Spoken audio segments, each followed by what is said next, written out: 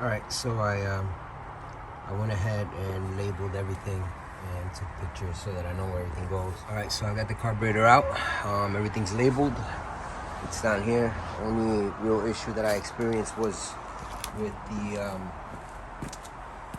choke cable. Alright, just putting it on up to Carb Exchange. Unfortunately, I sent the carburetor here about over a month ago, and he has about a 3-month backlog, which I didn't know about. So he was waiting for the rebuild kit, and so he can't even get to it. I did find it. I'm gonna have my buddy out do it, so I'm just picking it up. So it's about 2 hours from my house. But yeah, man, I wish I could have got it done. This guy actually offers a lifetime warranty, but it is. All right, so I have the carburetor here, and now back north.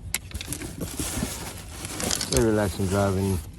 Like I said again, I wish he could have done it, but yeah, it's been over a month.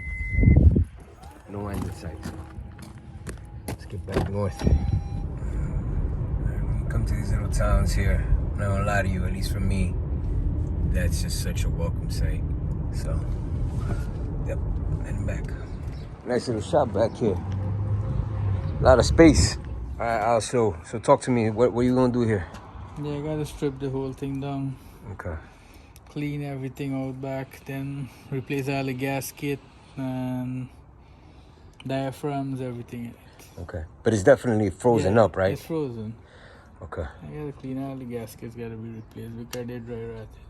The idle jet and the high speed jet in the bottom there. The screws. Okay, those are the ones that are giving you all the grief. They're clogged up. Okay. You've had it soaking for a while now too, right? I soak it back again, break clean it. Yeah. Okay.